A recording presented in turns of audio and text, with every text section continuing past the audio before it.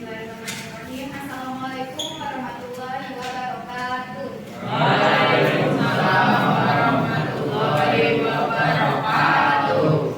Selamat pagi, salam sejahtera untuk kita semua. Yang terhormat Bapak Wahyu Jati Kusuma MH selaku dosen pengampu mata kuliah proyek kepemimpinan. Yang saya hormati Bapak Imam Awaludin Sabri ST selaku narasumber pada acara talkshow pada pagi hari ini. Selamat datang Bapak, terima kasih sudah berkenan hadir. Dan teman-teman mahasiswa PPG Prajabatan yang saya cintai dan saya banggakan. Pertama-tama marilah kita panjatkan puji syukur kehadirat Allah Subhanahu wa taala yang telah memberikan nikmat dan kesempatan kepada kita semua sehingga pada hari ini kita dapat melaksanakan acara talkshow dengan keadaan sehat. Tak lupa salawat serta salam kita haturkan kepada Nabi Muhammad SAW yang kita nantikan syafaatnya di yaumul akhir nanti. Sebelumnya, dengan saya Felidida Abdul Santi selaku MC untuk membacakan susunan acara talkshow pagi hari ini. Acara yang pertama pembukaan, acara yang kedua sambutan, acara ketiga acara inti, kemudian acara yang keempat tanya jawab, acara kelima pemberian cendera mata, dan yang terakhir adalah penutup. Mari kita buka acara talkshow siang hari ini dengan membaca basmalah. Bismillahirrahmanirrahim. Acara yang kedua yaitu menyanyikan lagu Indonesia Raya. Hadirin mohon berdiri.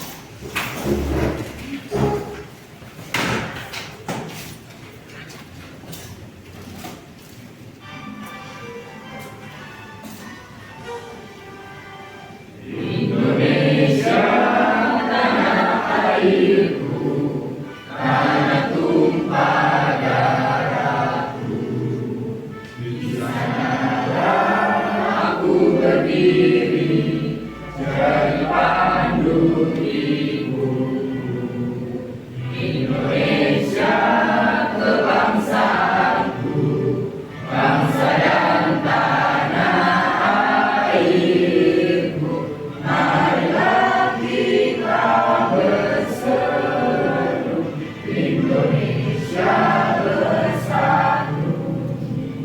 Tanahku, hiduplah negeriku, bangsaku, rakyatku semuanya.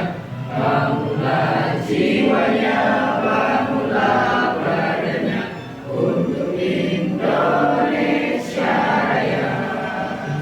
Indonesia Raya, merdeka, merdeka, tanahku, negeriku yang ku cinta. Indonesia Raya, merdeka, merdeka, hiduplah Indonesia Raya. Indonesia Raya, merdeka, merdeka, tanahku, negeriku yang ku cinta. Indonesia Raya, merdeka, merdeka, hiduplah Indonesia Raya. Hadirin dipersilakan duduk kembali.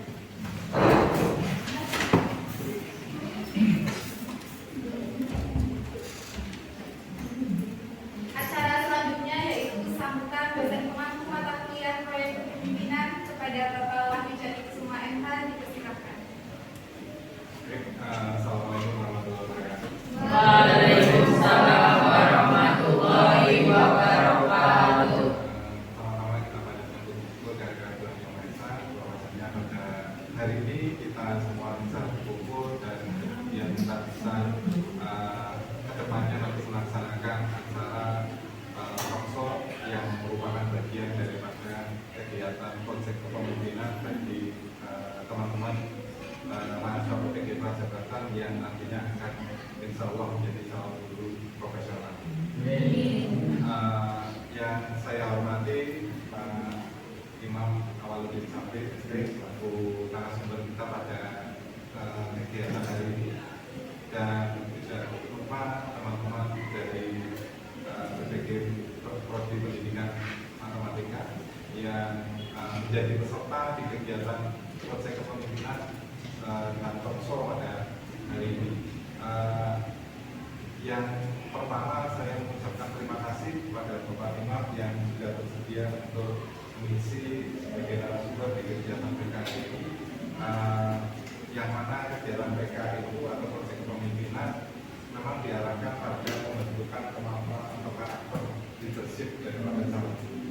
Jadi ini adik-adik mahasiswa ini yang nantinya akan jadi calon guru profesional itu kan memang akan banyak berkiprah di masyarakat juga. Jadi guru itu biasanya kan akan dianggap sebagai sosok yang memiliki pengetahuan atau lebih dibandingkan dengan masyarakat lain, sehingga nantinya memang dibutuhkan kemampuan leadership atau kepemimpinan secara personal maupun secara kelompok. Nah, mungkin yang bisa saya sampaikan berikutnya adalah terkait dengan ini di kelas ini Pak. Ini ada 2 kelompok proyek kepemimpinan yang memang sudah merencanakan dan merancang kegiatan-kegiatan yang nanti mereka lakukan di komunitas-komunitas yang ada di masyarakat. Jadi PK ini nanti kegiatannya berupa learning service ya, jadi pembelajaran untuk memberikan pelayanan kepada masyarakat, terutama komunitas-komunitas yang ada di masyarakat, baik di lingkungan dekat sekolah maupun komunitas-komunitas yang ada di masyarakat lainnya. Nah ini kebetulan 2 kelompok ini memiliki objek dan tempat pelaksanaan yang berbeda-beda. Nanti mohon arahannya, mohon masukannya, nanti juga mungkin bisa di-share pengalaman Pak Imam selaku di lintas terkait dengan pengalaman-pengalaman Bapak dalam melakukan pelayanan terhadap komunitas atau yang berkaitan dengan pendidikan. Nah, kemudian dari kegiatan talkshow ini nanti mungkin ada sesi diskusi setelah nanti Pak Imam melakukan sharing session dengan adik-adik yang ada di sini. Nanti mungkin ada beberapa teman yang nanti menanyakan atau ingin lebih memastikan bagaimana program mereka ke depannya atau kegiatan-kegiatan. Nanti mohon bimbingannya, mohon arahannya selaku praktisi atau pengalaman di masyarakat. Jadi teman-teman nanti yang untuk peserta nanti silakan disimak, diperhatikan betul-betul, dan nanti ketika teman-teman memiliki hal-hal yang mau dikonsultasikan, silakan nanti ditanyakan dalam sesi diskusi kepada Pak Imam. Intinya teman-teman nanti akan belajar banyak dari Pak Imam terkait dengan pengalaman beliau selama ini ketika melakukan kegiatan yang bersentuhan dengan masyarakat, khususnya yang berkaitan dengan pendidikan. Demikian mungkin dari saya, kurang lebihnya saya mohon maaf. Assalamualaikum warahmatullahi wabarakatuh. Waalaikumsalam warahmatullahi wabarakatuh. Terima kasih kepada Kak Jati atas sambutan yang telah diberikan. Acara selanjutnya adalah acara yang paling kita nantikan, yaitu talkshow yang akan langsung dimoderatori oleh Saudari Salma Ayu Fadilah. Kepada Saudari Salma, dipersilakan. Baik, terima kasih. Saya mulai dulu. Assalamualaikum warahmatullahi wabarakatuh. Waalaikumsalam warahmatullahi wabarakatuh. Selamat pagi Pak Jati, selamat pagi Pak Imam, selaku narasumber. Di sini saya Salma Ayu Fadilah selaku moderator akan membacakan peraturan dalam sesi talkshow proyek kepemimpinan. Diharapkan kepada para pendengar, terlebih dahulu kita akan mendengarkan pemateri dari Pak Imam, kemudian akan dibuka sesi diskusi tanya jawab. Jadi pada sesi diskusi ini silakan nanti teman-teman untuk mengangkat tangan dan saya akan menuliskan pertanyaan yang teman-teman berikan dan akan dijawab oleh narasumber. Oke, langsung saja kita masuk ke materi yang akan disampaikan oleh Pak Imam. Sebelumnya izinkan saya membacakan CV terlebih dahulu. Beliau adalah pendiri PT Mumtaz Ceria Edukasi Murika, perusahaan yang bergerak di bidang konsultasi dan pendidikan non formal. Proyek-proyek yang pernah ditangani meliputi perkebunan, perbankan, oil dan gas, infrastruktur pertambangan, pendidikan, retail dan rumah sakit. Kemudian untuk edukasi. Yang pertama adalah Electrical Engineering UGM Yogyakarta, kemudian Certificate Life Coach, kemudian Certificate Producting Special, Certificate National Mentor for UMKM, Certificate Supply Chain, Certificate Project Manager, Certificate School Manager. Kemudian untuk work experience dari beliau adalah Director Program and Business Development Murika, Mumtaz Ceria Edukasi, Senior Project Manager Human Plus Institute, Senior Konsultan PT Simbio Indonesia, Project Manager PT Renoir Consulting, Project Leader Kalos Productivity, dan Project Director Impact PT. Marilah kita beri tepuk tangan yang meriah untuk pembicara kita, Imam Awaludin Safi.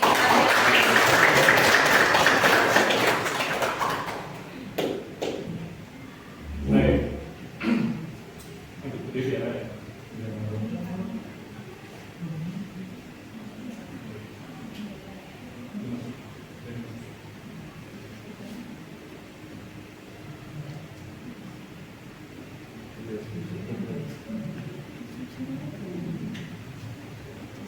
Baik, assalamualaikum warahmatullahi wabarakatuh. Waalaikumsalam warahmatullahi wabarakatuh. Semangat pagi. Pagi.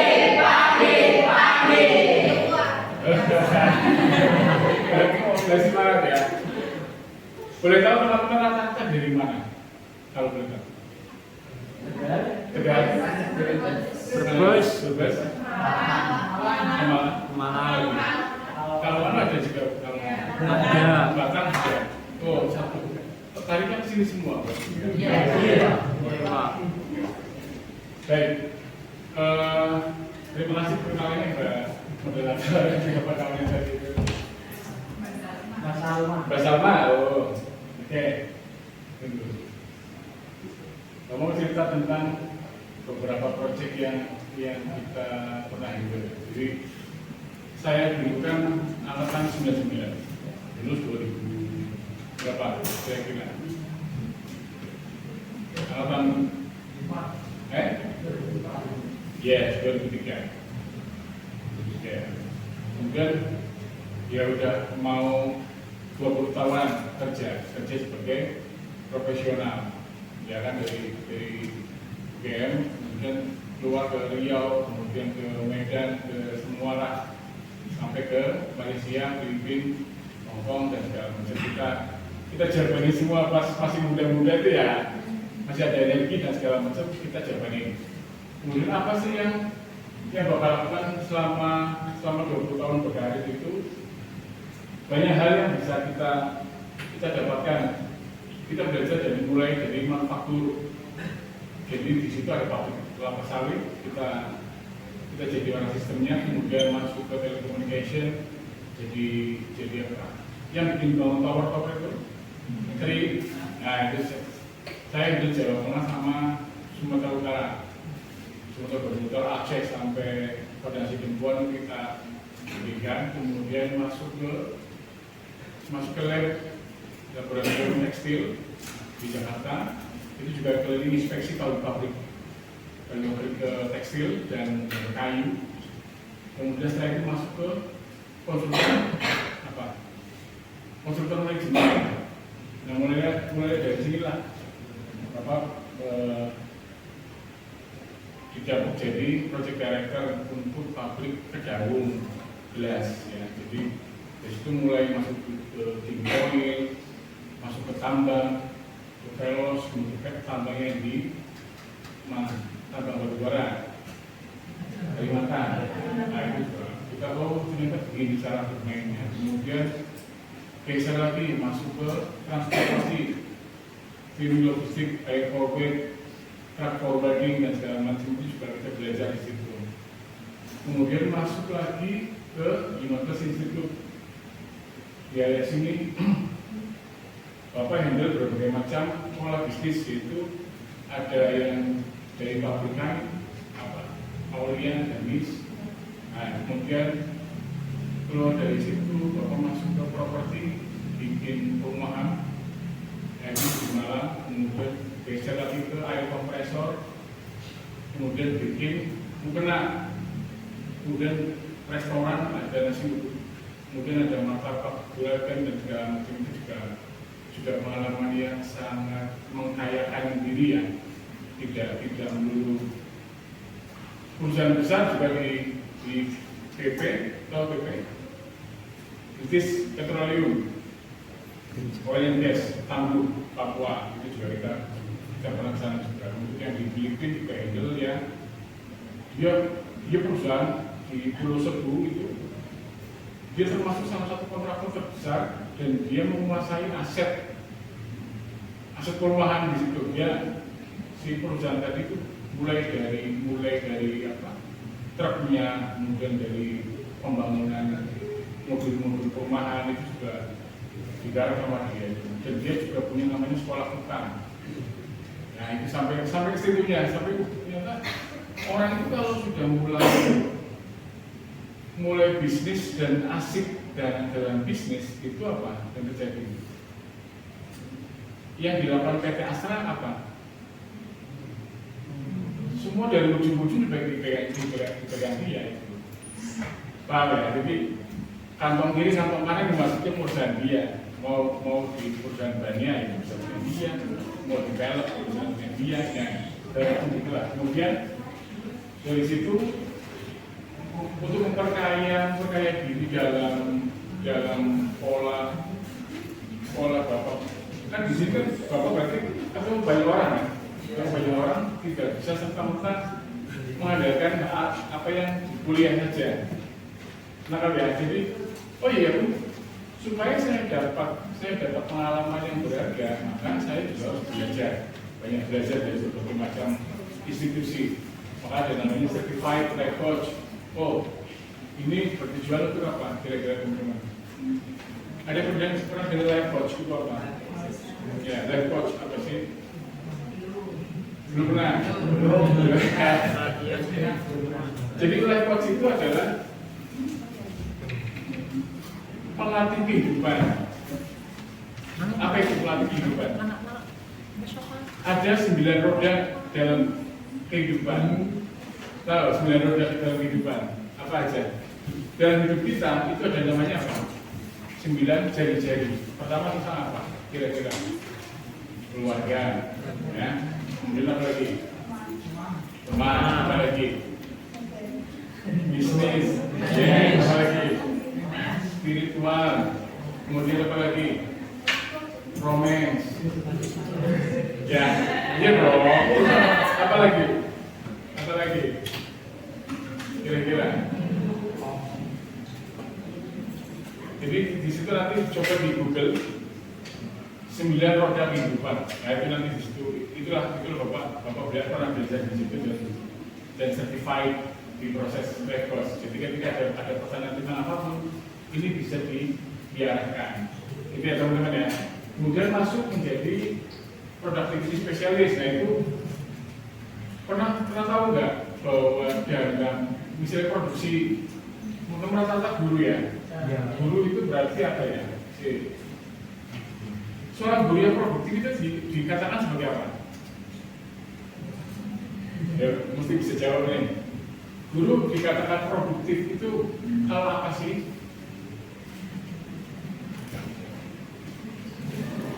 Karena ada juga dosen produktif. Dosen produktif berarti apa dia?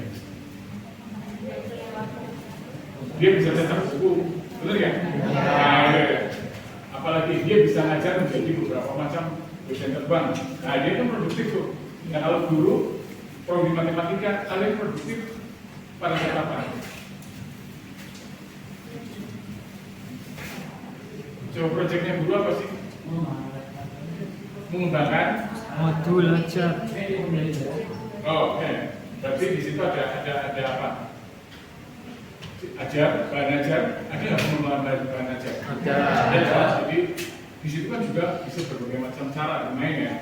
Bahan ajar kan bisa ada berapa pola bahan ajar.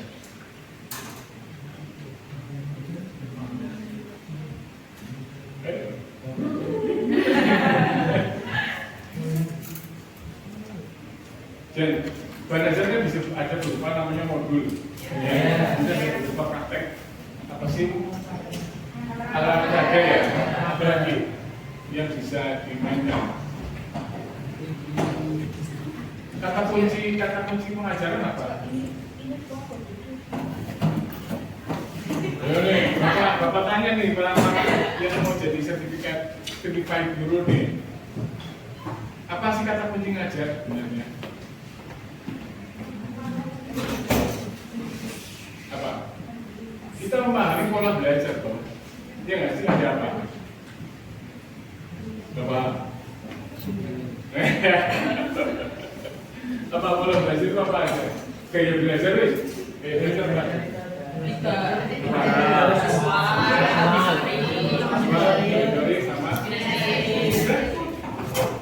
Permainan visual gimana cara mainnya? Visual berarti yang melihat. Visual Mesti diapain? berarti mengamati dari sesuatu yang Iya, pakai pengamatan. Alat bahan ajarnya pakai apa? gambar. Gambar, presentasi dan sebagainya. Iya. Itu loh kalian mesti bisa rancang itu kok. Kemudian auditori, berarti apa? Menyenangkan. Yes, ya. Jadi, apa ya? Mekanisme atau cara belajar bagaimana nih supaya ininya tertangkap. Ya, nggak tahu nih teman-teman rata-rata di visual, auditori atau kinestetik nih, ya enggak?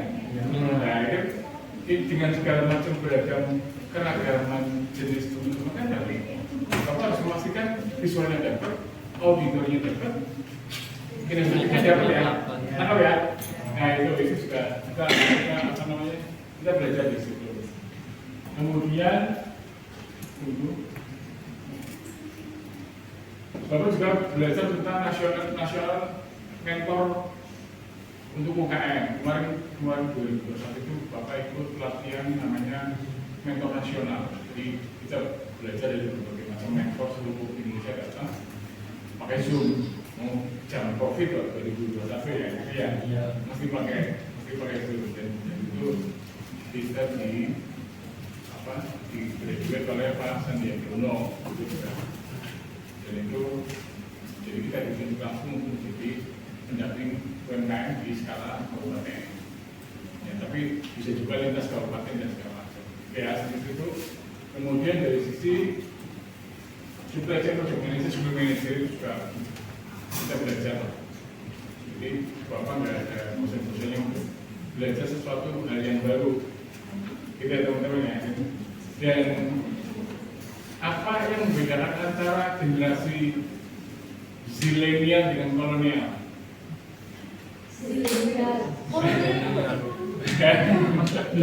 Apa teman-teman? Bapak ini generasi apa kira-kira? Kolonial, dan Bapak atau kolonial ini ya? Teman-teman mungkin rata-rata Gen Z ya. Jadi itu juga pola belajarnya mesti berbeda-beda. Oke? Nah, apa yang dialami selama ini kita paling parah itu di tahun berapa? Teman-teman tahu nggak? Yes, 2020 sampai 2022 itu masih belum bisa lepas masker lah. PCF, PPKM dan segala macam. Kemudian setelah semua Bapak udah melamar lah semampunya, tapi ya udah capek, aku mau balik aja lah, mau balik ke rumah. Kemudian baru masuk ke masjid. Ini juga proyek-proyek yang pernah Bapak lalui, mulai dari retail, perbankan, kemudian perkebunan, oil and gas, pertambangan, manufaktur. Udah habis semua, alhamdulillah sudah rata nih pengalamannya. Jadi ya itu juga ya para senior yang ngasih kesempatan untuk mencoba hal yang baru gitu ya teman-teman ya. Kemudian latar belakang kenapa Pak Imam fokus di pendidikan. Di 2021 kita lihat data. Apa datanya? Saat ini kita yang bebas mendapatkan Kenapa? Diukur dari mana IPM? Rata-rata teman-teman. pendidikan, penghasilan. Dari rata-rata tingkat putus sekolah. Jadi teman-teman ya, jadi di situ juga oh ini rata-rata masa libur anak tadi pada putus sekolah. Ya ternyata yang usia berapa tahun tuh selesai sekolah Mia. Laut. Kemudian anak-anak yang baru lulus SD dan SMP belajar ke sawah, ke Jakarta, dan segala macam itu yang membuat akhirnya apa?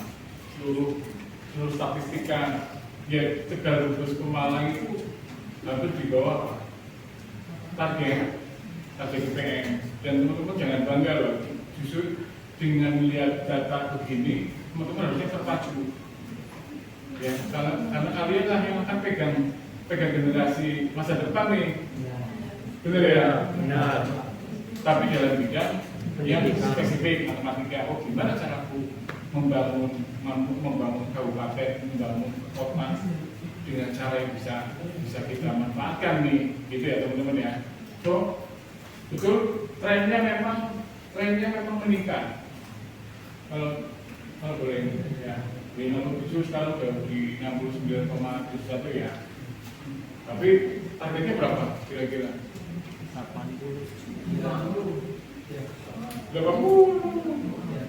IPM bagus kan di 80. Ya, IPK sekarang berapa rata-rata?